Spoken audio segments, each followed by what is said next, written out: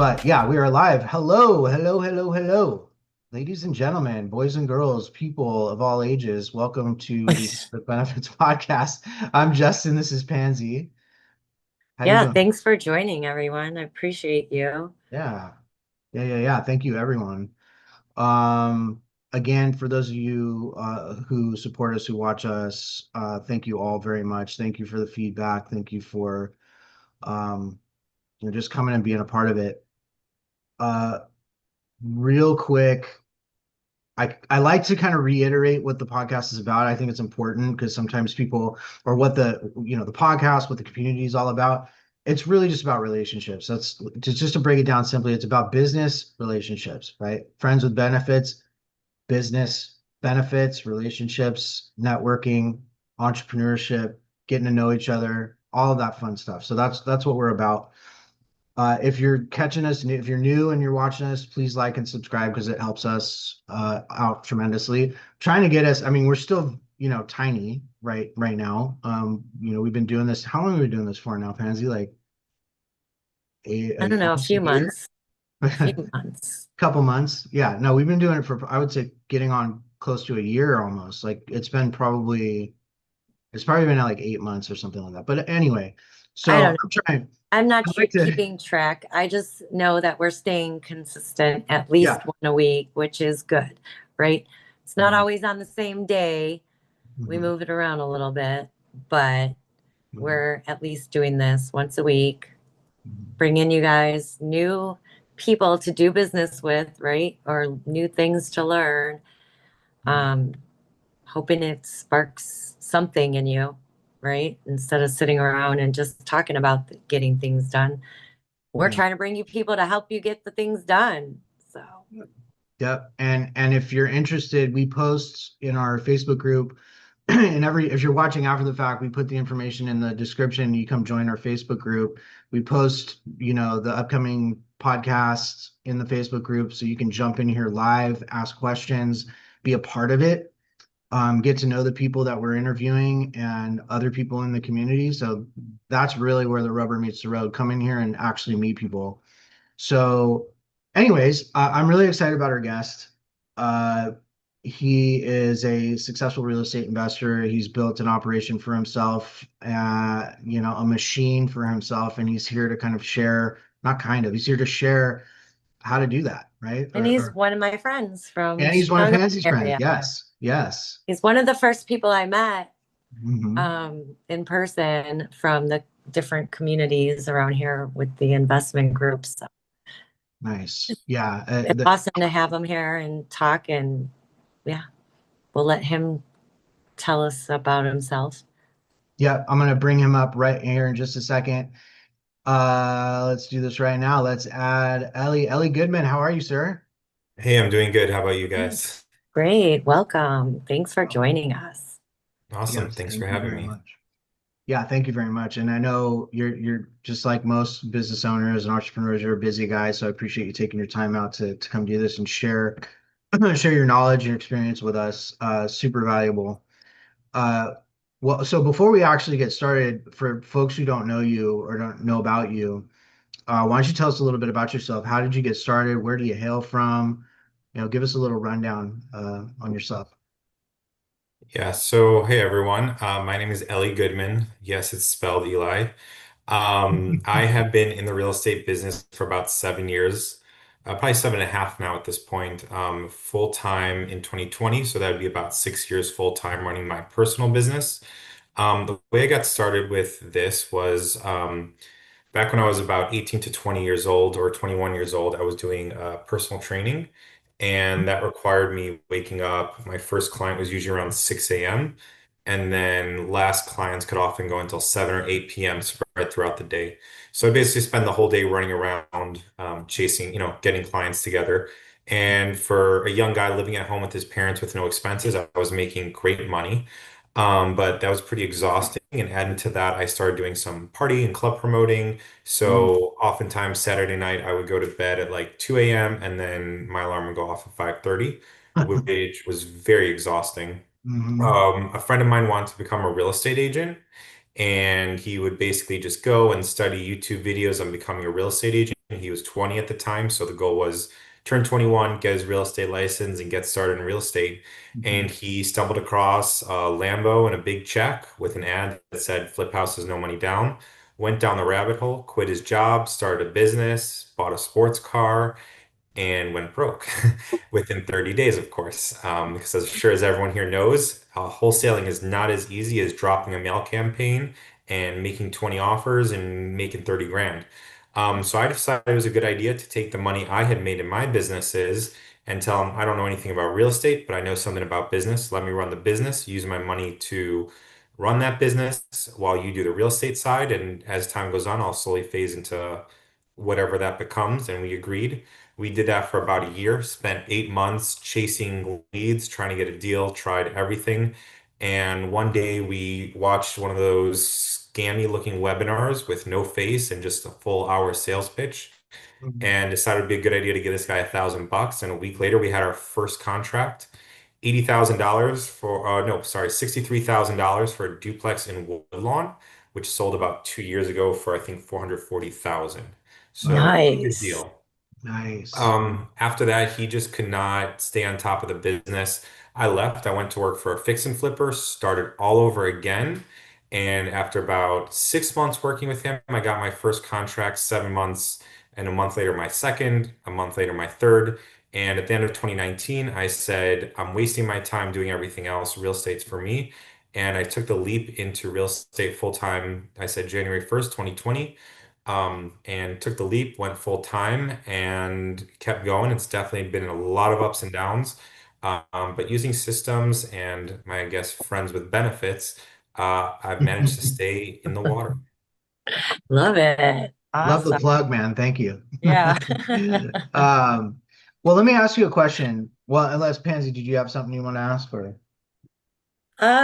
No, I mean, I was gonna let him keep going. He's good at this, so Oh yeah, yeah, yeah. No, I first of all, I love that, and I love hearing about how people started. I love to hear about that first deal. Maybe tell me a little bit about that first deal because it sounded like most people I talked to, including us, went for a long time. It took me almost a year to get my first deal, and it wasn't like I'm one of these people that and I can see other people doing something and being successful at it, and I know it's kind of real, but it's not real to me until I've done it myself, kind of a thing, if that makes sense.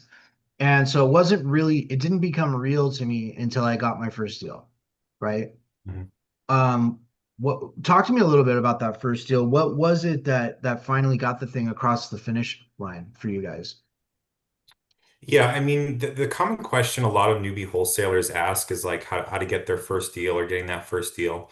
Mhm. And the biggest reason most of them will never get their first deal is because they didn't go long enough and hard enough, right? So, let's keep the theme of the podcast going, friends with benefits.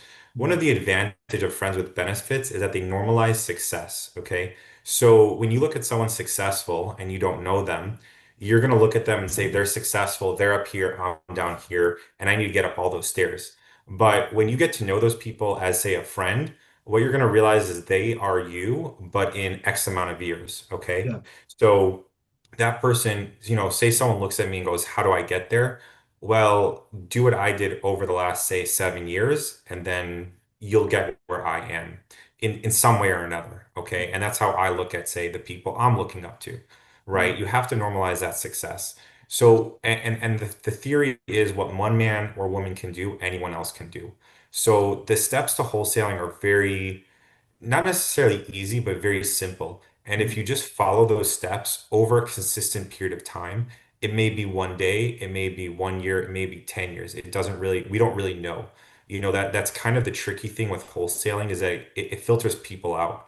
Oh yeah, The way to look at it is you're buying a piece of land, right? And you have this vision of a beautiful house. But your contractor basically is going to tell you, I will do the work for you, but I won't tell you how much it costs. I don't know. There's too many moving components. So every day I'm going to go out, I'm going to do the work, and I'm going to send you a bill. Every day is going to be different. We may not work one day, we may work overtime another day, we may do some expensive plumbing work the next day. And every single day you just got to cut that check and believing that they're going to come back to work. And any day you don't cut that check, they're not showing up to work. So you really have to just keep that in mind. What the things that work. You just have to work them long enough and hard enough. We don't know how long it's going to take, but you have to just get that 1% better if you want to get that first deal. Yeah, I like that. And what was it on that deal? You said that you got in a duplex and it went, was it 60,000 check for you guys? What was the amount that you guys got on that first one? Yeah, so the seller wanted, I think, 80. Okay. We negotiated, I think, 63. My partner negotiated, I wasn't there. Mm, And we sold it for 80. So it was a $17,000 check. We had to JV with someone, so they took half, my partner took half. got So it. I made $4,500, which was really a loss after all the money I spent. Yeah, yeah, sure. Hey, but you know what? That's the reality of it. Not enough people talk about the reality of it because it's not sexy and it doesn't look good on a marketing ad. So it's really important to talk about these things and understand that most people, not most people, I'd say just about everybody who's been truly successful in this has paid their dues in one form or another. I don't think I've talked to anybody in this business that hasn't lost money, but you got to not look at it as losing money. You got to look at it as learning lessons, right? Like and acquiring skills along the way, right? Yeah, your return on investment probably on your first so many deals, depending on how long it's taken you and what you've done, Mhm. probably isn't going to pay for the amount of time and energy and all that you have put in off the start. But Mhm. once you get started and get your systems in place, and now you have the business rolling, Mhm. it will pay you down the line, right? So you're just not going to get all of it up at once like people think it's going to be. Yeah. You said something really interesting too, Ellie. Like you said, it filters especially the wholesale business, it filters a lot of people out. What do you think is the biggest thing that filters people? What's the one mechanism that filters people out from wholesaling? Just the fact that they don't succeed in day one or month one. So yeah, I Um, would translate that as the work, They give right? up too easily, like, oh, Yeah. I did it for 30 days and nothing happened. So that's it. Like, squash the whole thing instead of maybe evaluating where you could have done something differently, right? Yeah. yeah. Yeah. I mean, would you say, I mean, ultimately the work is what filters the people out, right? The consistency and the work is what filters people out. Um, Okay, so cool. So you got going. You started, with your first partner. That didn't pan out, and because he just couldn't keep his head in the business, which we all know what that's like. We've probably all worked with folks like that. And then you got into another situation with a new partner, and that started finally working out. And you've been kind of going. Correct me if I'm wrong. You've been kind of going at that ever since, right? Or you've been operating that business ever since.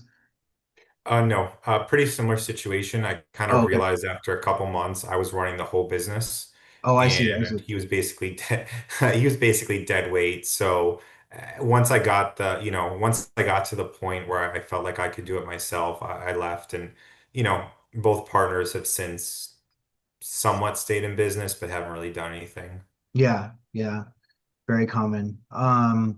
Well, cool. And so let's get into a little bit of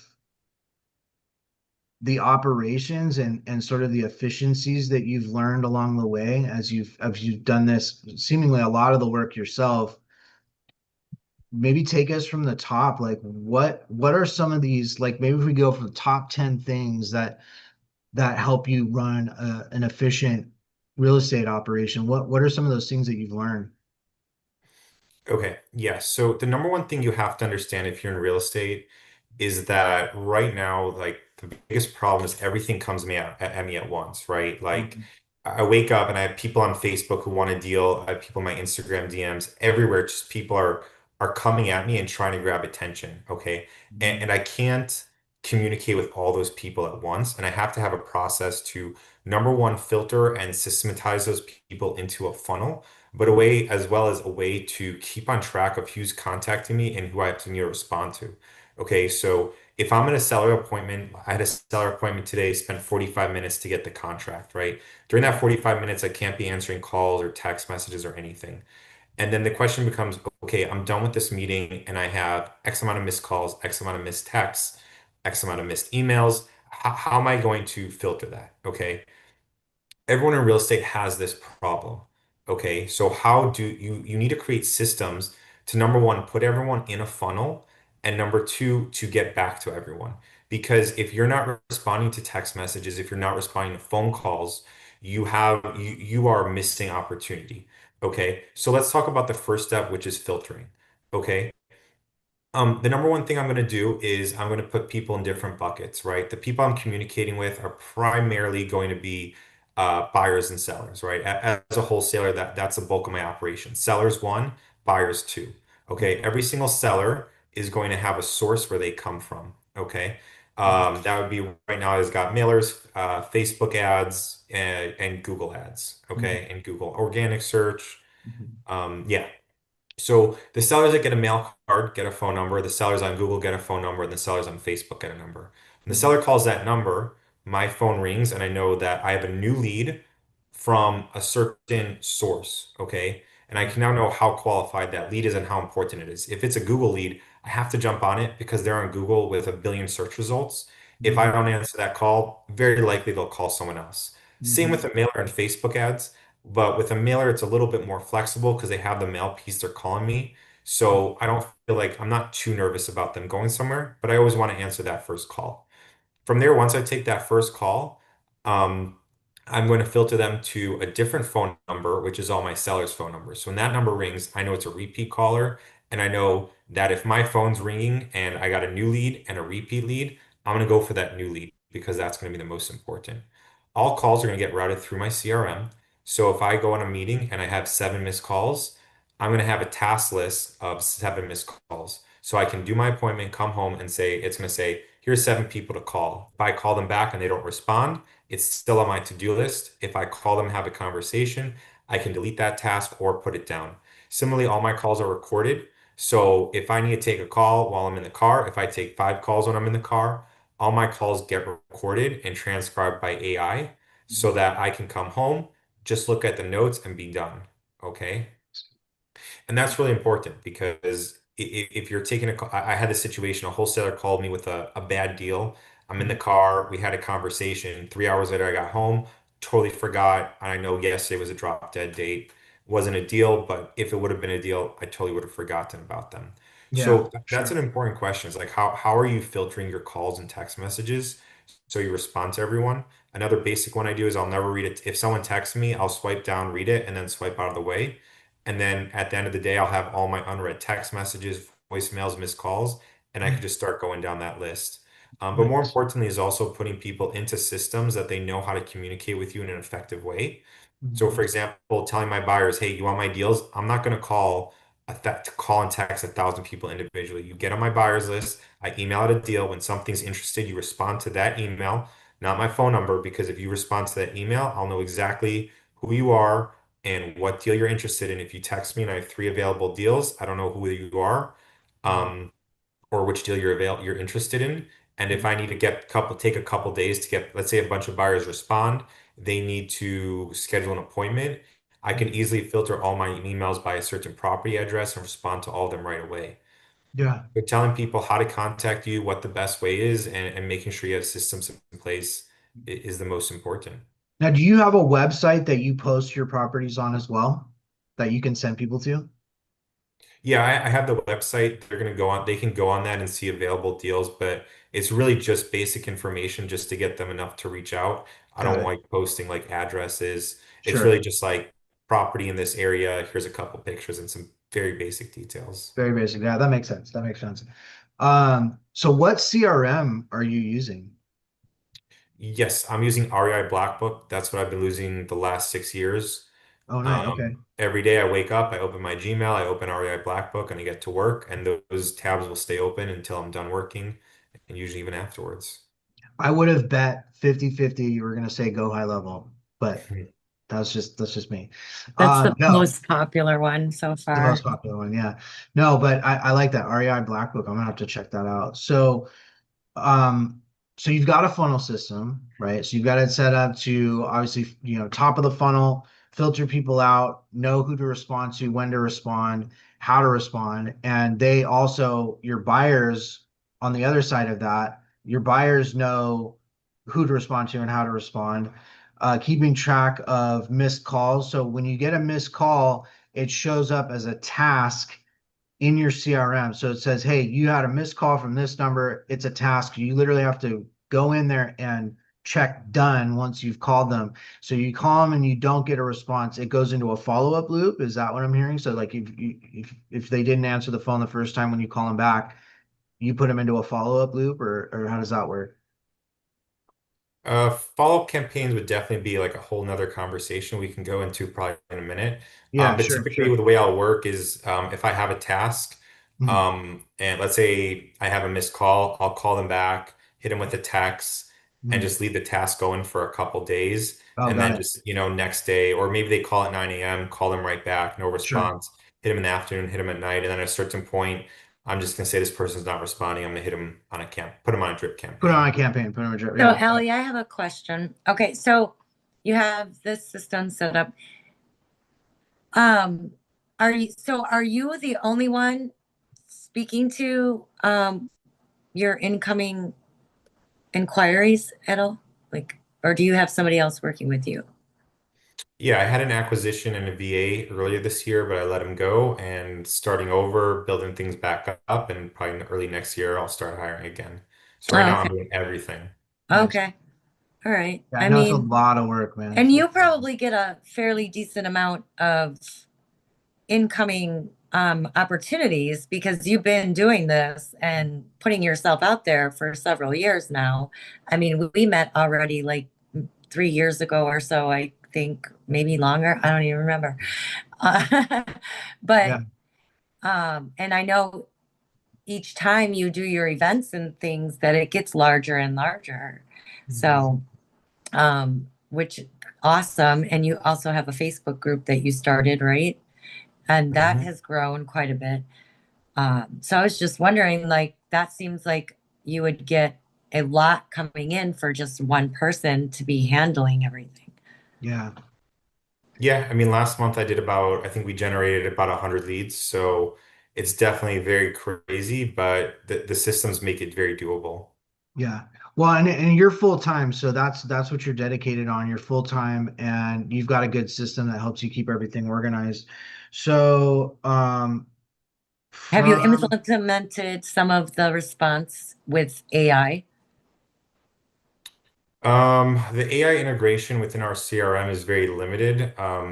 It's primarily used for call recordings and transcribing. Mhm. I know they have an AI chatbot, which we do have on our website and connected to like our Facebook DMs. Yeah. But I don't trust AI enough to respond to text No, messages. and there's actually laws right now too. You got to be really careful about the FTC and the laws about not FTC, the what is it? FA, um not FTC, but it's the one Whatever that it is, that it's governs phone calls, yeah. governs Wi-Fi over the air communications, telecommunications.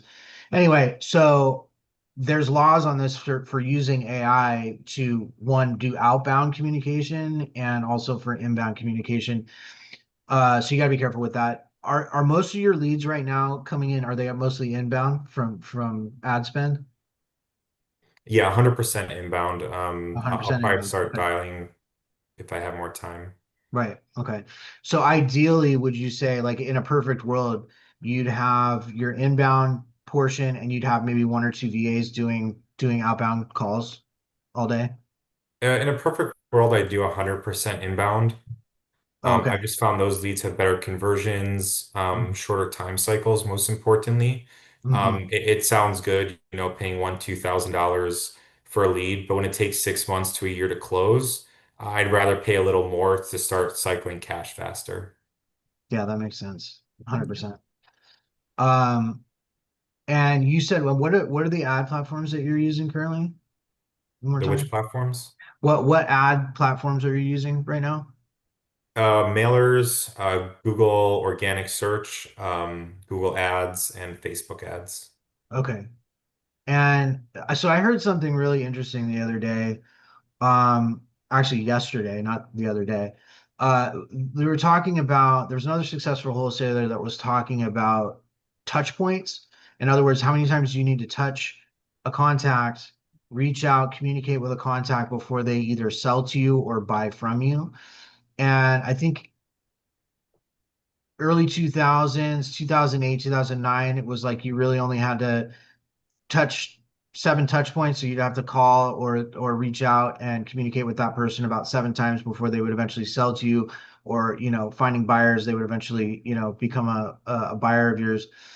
Nowadays it's more like 33 touch points. You got to hit a contact 33 times before they know you enough to trust you and either buy from you or sell to you. Are you noticing that in your operation, that you're spending a lot more time back and forth communications than maybe it was before previously, or is it still kind of the same? Yeah, I mean, I got started in 2020 doing this like full time. Hmm. Before then, my experience was limited. Hmm. I can't say too much on that. I would say it's definitely gotten a lot more difficult. There's a lot more competition and everything moves quickly.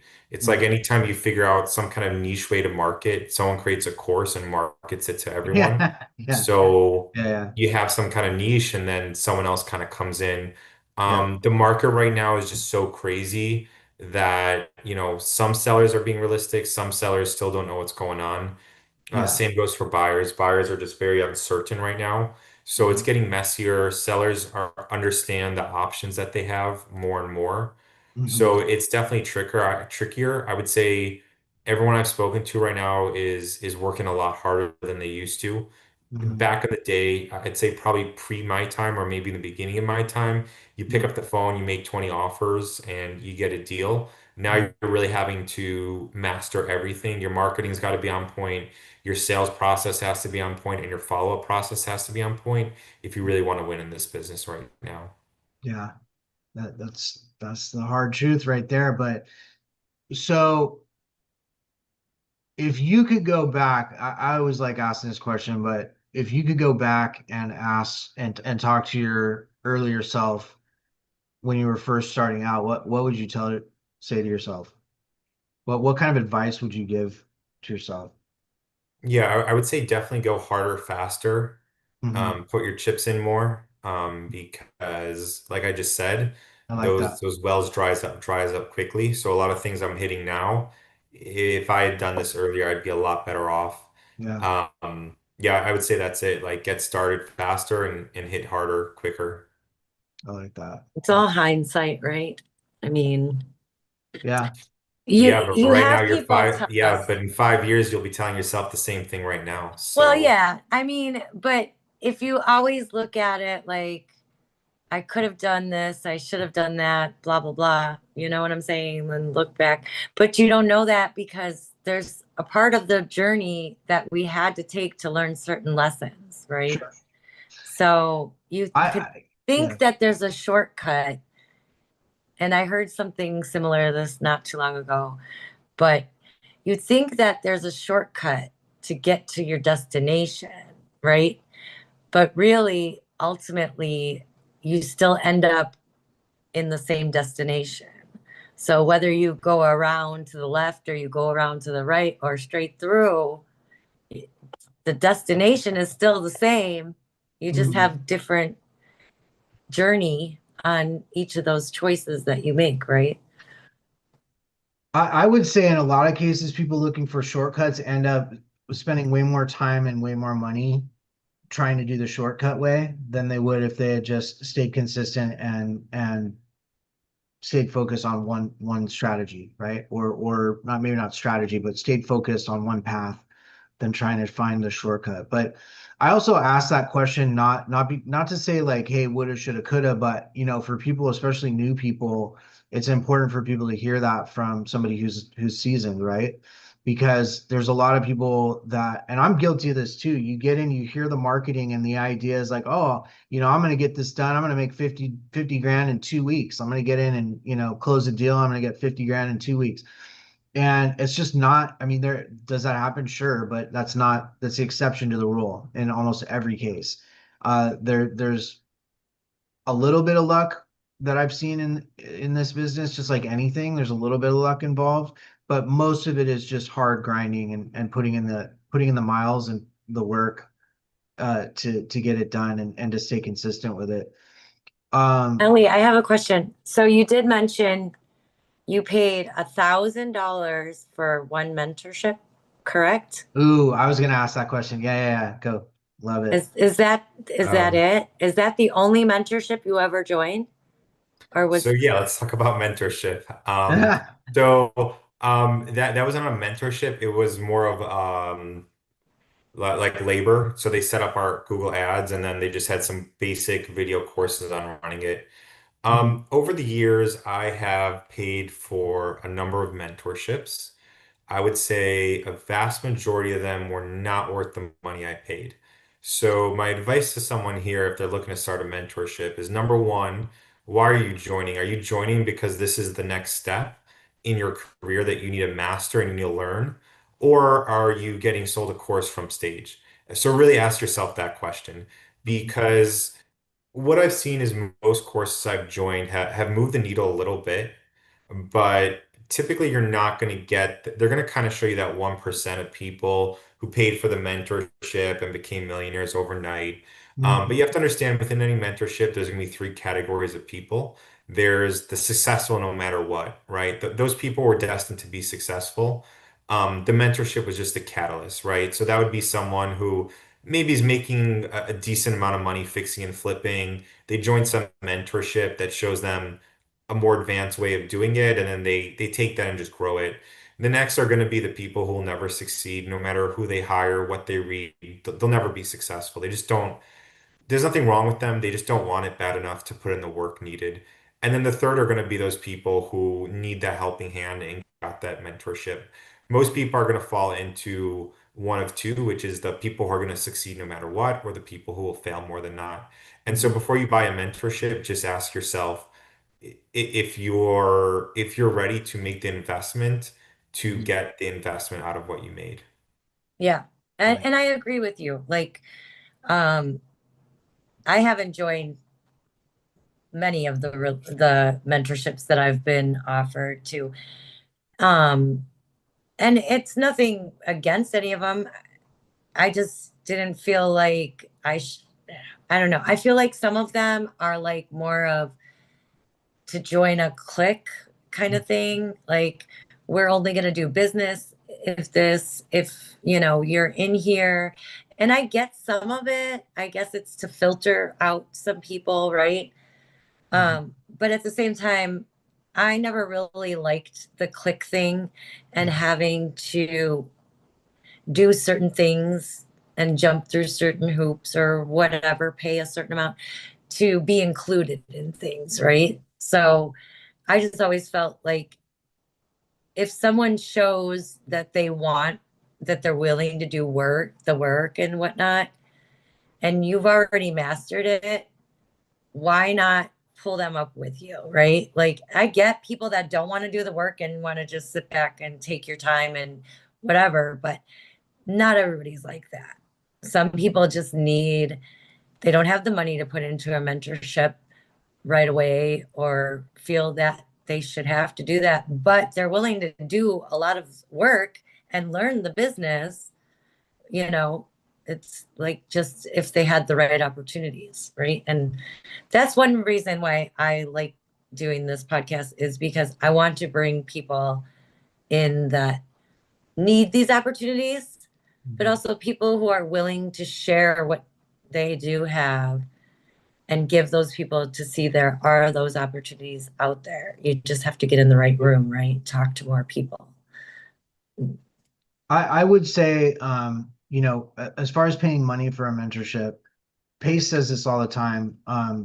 Most people, or a lot of people who think they need a mentorship, what they actually need is a coach, not a mentorship. And what sub two is not a mentorship, it's a community. That's the other thing. It's like, are you getting into a mentorship, a coaching program, or a community? Which one is it? Because mentorships, a But lot it of still times, goes against things that I personally, no, I get that. I get that. had fought against most of my Yeah. life. Like, Yeah. having to be this or do that to be part of a community, you know, and I don't know. I would tend to agree with you. If you show that you're willing to do the work and you're willing to put in the work and grind and collaborate and work with others, that's one filter, right? The other filter is the money, right? Obviously, the money to get in is the filter, or in part the filter. Next is the work, and third is like your character, like who you are. But I like how But Ellie has managed to mhm. start over a few times, I love that. Yeah, be I successful, and hasn't really looked back. uh, put majority of his time into these. What Mhm. he said he did join, like, but he didn't feel like he got what he paid for, it seems like, out of it. Mhm. Um, but he still kept going and made it happen, right? Mhm.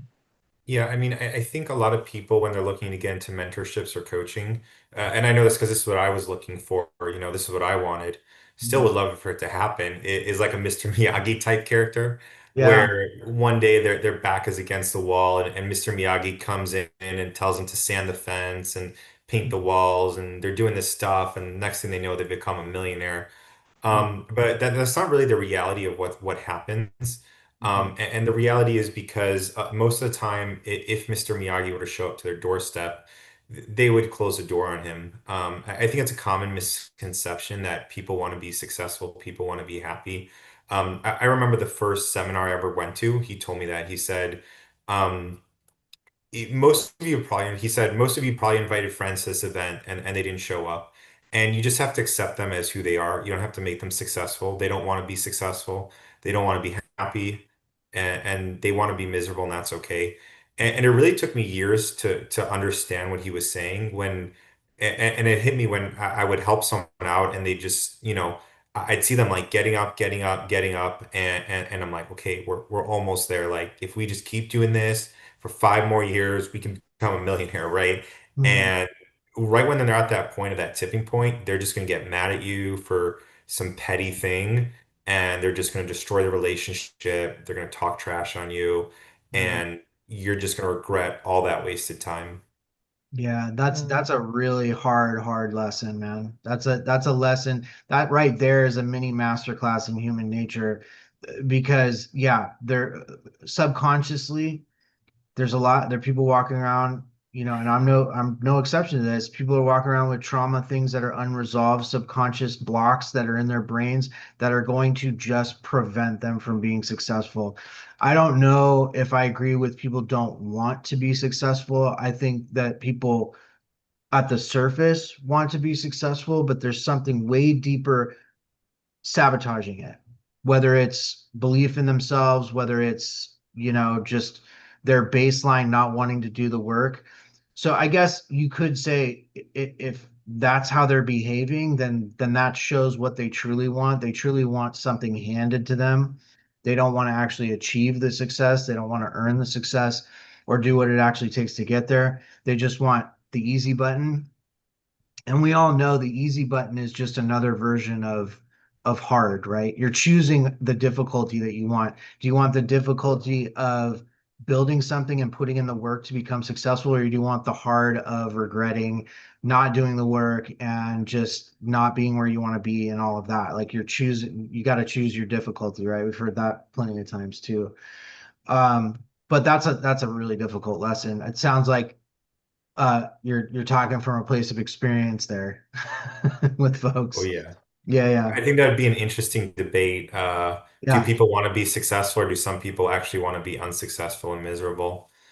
I I don't mean, think anyone wants to necessarily be unsuccessful and miserable, but I think mhm, that over the years, certain generations, certain heritage, whatever you want to call it, right? Where you grow up, the neighborhoods, how you people are before you. There's so many different factors.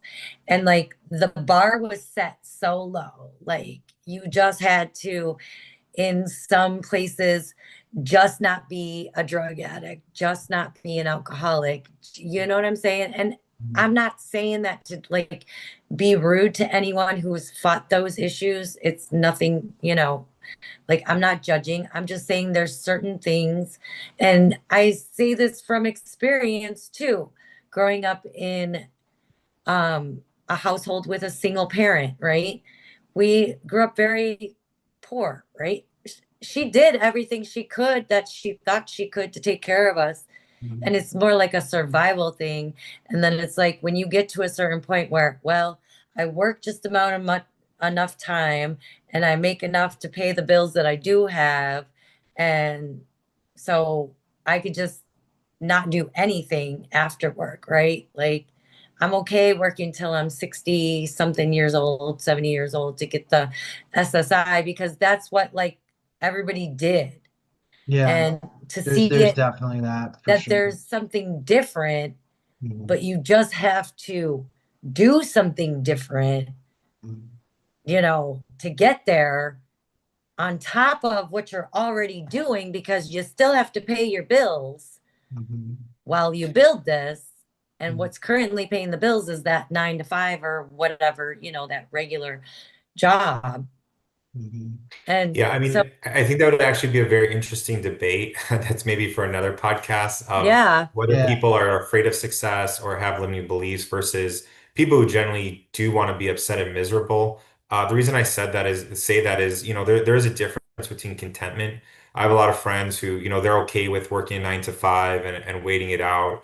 And in a Mhm. way, I'm kind of jealous of them. They live great lives. I think it'd be great to take a Saturday to say, hey, Saturday, Sunday, I'm off, and then I'm Mhm. gonna go take a vacation. And the entire vacation, my phone doesn't ring. I get that paycheck every month. I slowly build wealth. I think that's a great thing that I commend, and I'm kind of jealous that I can't do that. Um, but I've also seen points in my life where I've tried to help someone, and I've just seen something in them that makes me think they do want to be miserable and unhappy. Yeah.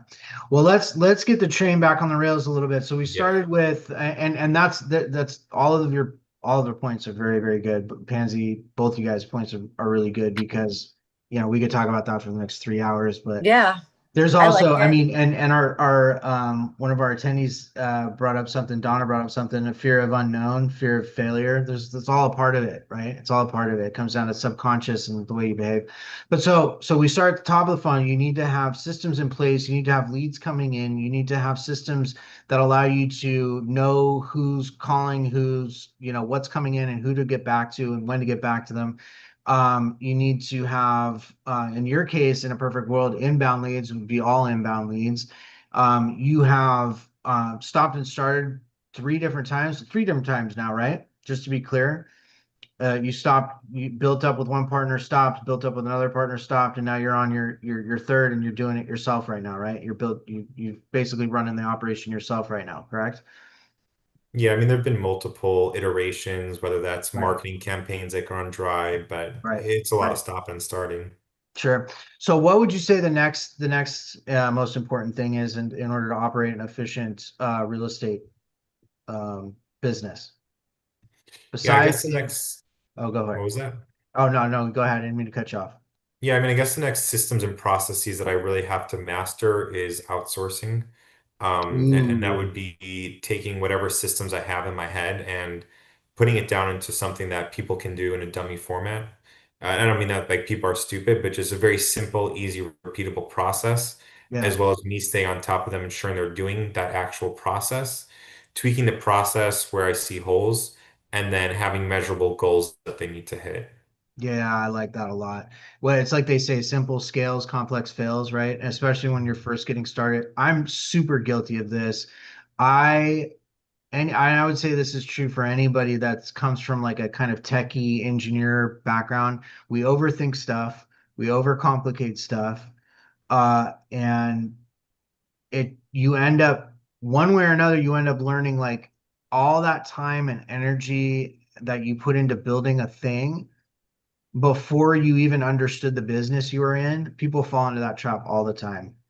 Like, oh, I gotta have the website, I gotta have the CRM, I gotta have all the systems in place before I even understand what this business um is really easy to get fall into. And then also building those things out really far too complex, where they're too far too complex to the point where even if you start to become successful, what you've built has so many moving parts that it's going to be very difficult to grow that thing. So yeah, I don't know how you feel about that, but definitely simple. I've found simple is always better, especially in the very beginning. Like my early partner and I, we just had a freaking Excel spreadsheet and we were calling on we were doing outbound. We didn't have the money for ad spend or any of that. We were just doing outbound and we had an Excel spreadsheet and that's what we were using to keep track of everything. Eventually got a CRM. Um, but we were running the CRM just super lean. Like I was trying to not, I was learning it at the time. So the stuff that was in there was just very, very basic. And what's funny is I spent a lot of time trying to, as I was learning it, building out all these things. And I ended up getting rid of half of it. I ended up just like removing more than half of it. I'd say like 70, 80% of it. I just got rid of it because it was too complicated, you know? Less is more. Less is more. Yeah, 100%. Well, cool. So outsourcing and is there anything else you want to add to that, Ellie? Or No, it would be outsourcing or just scaling what I have into something bigger, whether that's cutting the wholesale operation to move more towards fix and flip, or one thing that I have been very slowly moving towards is just larger asset classes like commercial love it, properties. love it, love it, Like love it. multifamily. Oh, Self-storage. oh, Self-storage is self-storage. great too. Okay. Yeah, Well, that's self-storage good is to great. know. I know some Mhm. self-storage people. Well, we were looking at some self-storage I units not personally long don't like ago. self-storage. Like, not because it doesn't like have good ROI, whatever, but I personally feel that people in general need less stuff, Yeah, right? Pansy has a personal I'm a uh minimalist, so it's like, yeah. like the thought that people are paying to store stuff that they'll probably not even look at or touch all that time. And I Mhm. know from experience because my mom's had a storage locker for the last 35 years or so, and stuff goes in, stuff sometimes comes out, but mostly stuff goes in. Mostly stuff goes in, and then people stop paying, then people forget to pay for their storage unit, and So, then it all yes, gets would it auctioned make off. a good business? Most likely, yes. I just personally feel like we need less stuff. But Well, I agree, but I'm not here to fight society. I'm here to make money off them. right, So I Exactly. won't sell you exactly. a Exactly, unit. Pansy. Exactly. I'm just playing. Well, Uh, no, I like that he says that. That's why I said, am I like dissing it as far as when it comes to making money? No, mhm. not at all. I think it's a great way to go. But me personally, knowing, You have some moral qualms about it. I get it. yeah, I deep get it. down inside, I just feel like it's so wrong that Yeah, I we get it. need this. So, Well, but that's let's my, do this. We're Pansy, unless you have some other questions for Ellie, we're getting towards the end here. Ellie, if people want to reach out to you, if people want to do business with you, what's the best way for people to do that? Yeah, so best way would be like Facebook or Instagram. My Facebook is Eli Goodman, Eli, and then last name Goodman.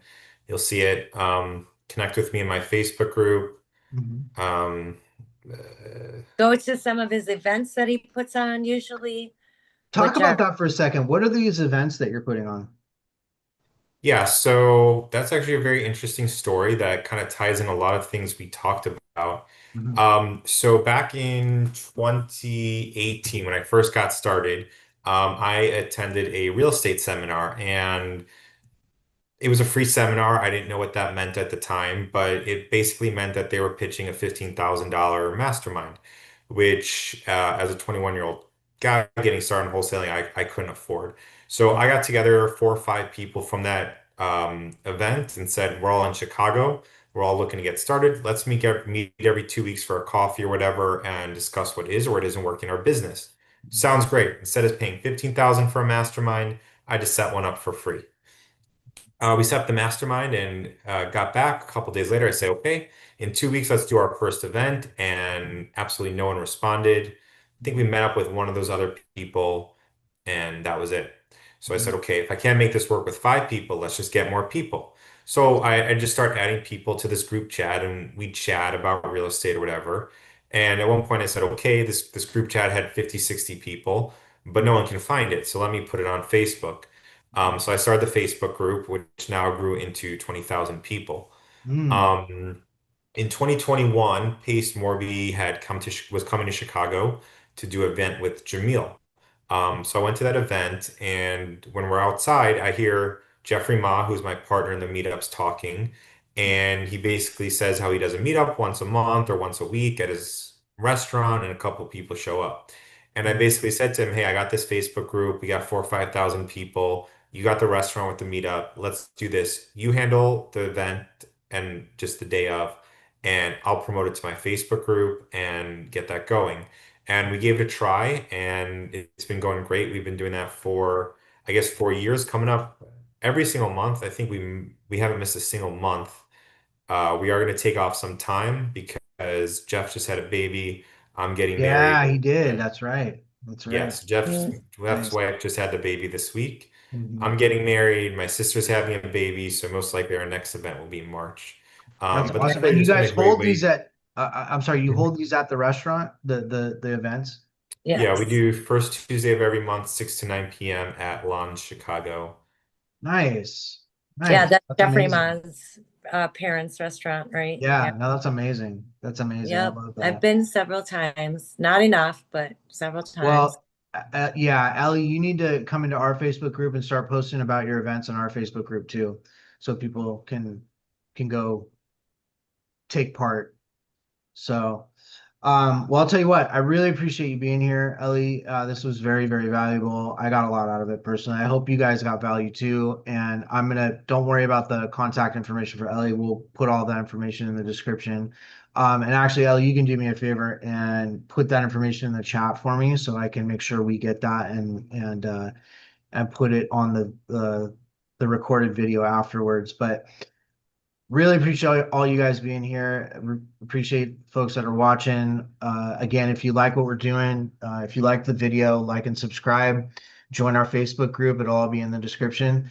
But I Yeah. think good. I Thanks, think everyone, and appreciate you, Ellie. And it sounds like we're gonna have to bring Ellie back for some other topics. we are 100% going to have to bring Ellie back for some other talkers. I always like following up and checking up with people and seeing, where they're at from the time that we talk to them. And we had one of our guests on who came in as a guest in this video or as a just a watcher in this video, Mac Love, who was one of our guests earlier.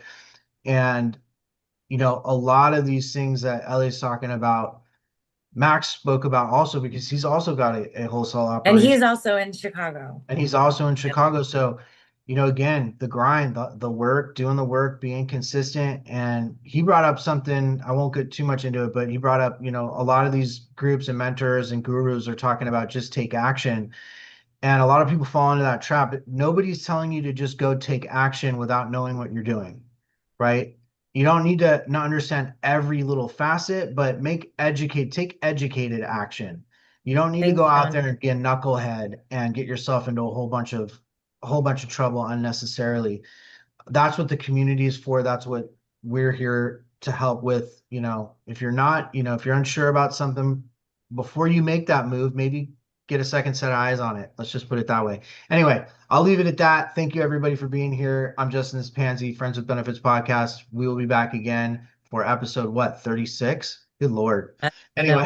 Anyway, yeah, I'll see you guys later. Peace. That's all. All right, thank you guys.